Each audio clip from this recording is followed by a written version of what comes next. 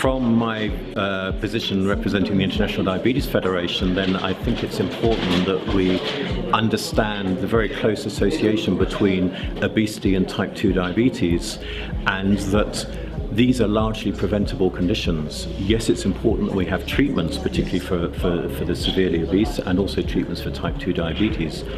But given the rapid increase in both of these conditions, we have to focus our attention on prevention, we have to focus on the root causes, and we have to look beyond just individuals at risk, but looking at society and the environmental influences, the behavioural influences that are causing these problems in the first place.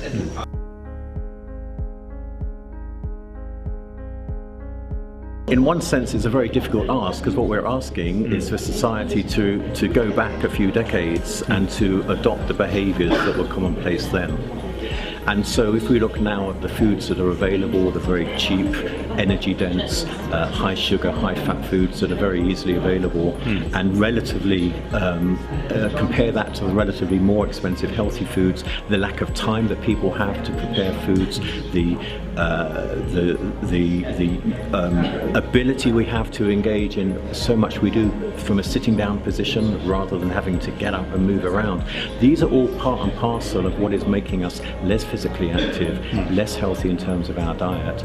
And we need, as individuals, but also as policymakers and at governmental level, to recognise we need to change those behaviours so that we become more active, so that we change the way we eat in order to prevent these problems from progressing.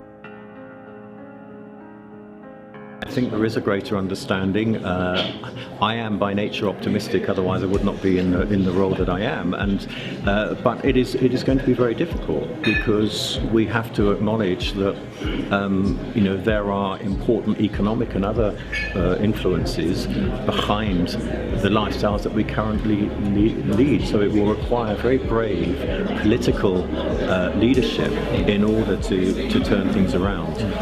But there is increasing recognition. People are, I think, more aware of the dangers of some of our current lifestyle habits, but we need to move that from beyond individuals making changes, as I said, to a more governmental society level change.